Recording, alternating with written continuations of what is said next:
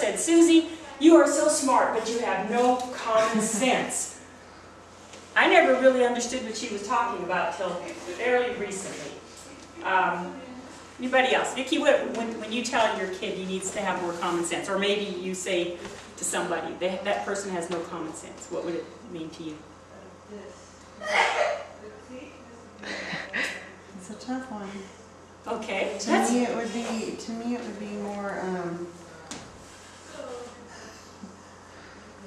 oh boy.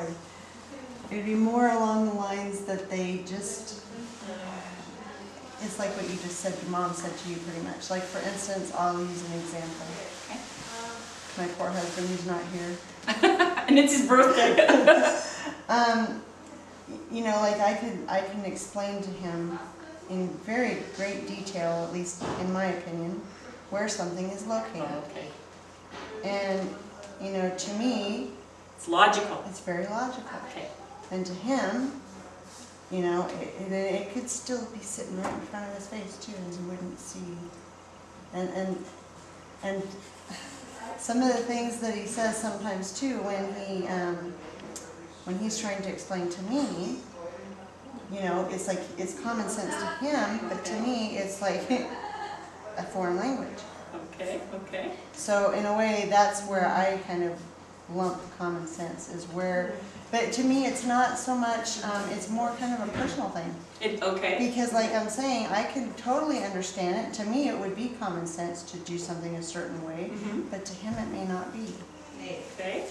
Logic, does that come to anybody's mind when I think of common sense, logic?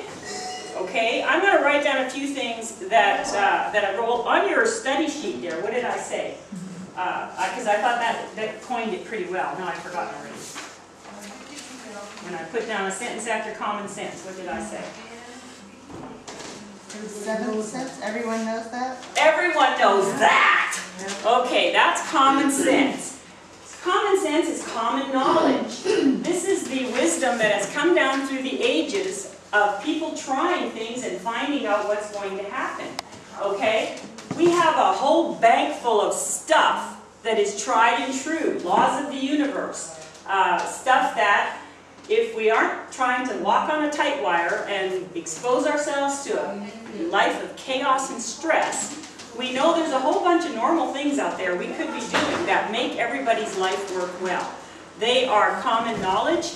They are things that are tried and true. They're laws of the universe. And they're things that you know the answer to. I'm going to start a few sentences and you tell me what is going to happen, okay? This is, common sense is stuff that if I asked you a question, everybody would pretty well have the same answer or would know this is probably true. If I touch a hot stove, I'm going to get burned. Okay, is there very many exceptions to that one? Not likely. You're going to get burned unless you've got mitts on, maybe. Okay, but we're talking just generally. Okay, if I drop this, it'll probably break. One thing for sure, it's going to hit the floor. Okay, it's not going to stay right here. It's going somewhere. So if you don't want it to break or be in danger, don't drop it. Okay, if I eat too much salt, what is it? I'm going to get high blood pressure probably, okay, which can ultimately do me in early, okay? If I drink too much alcohol, I'm going to get drunk.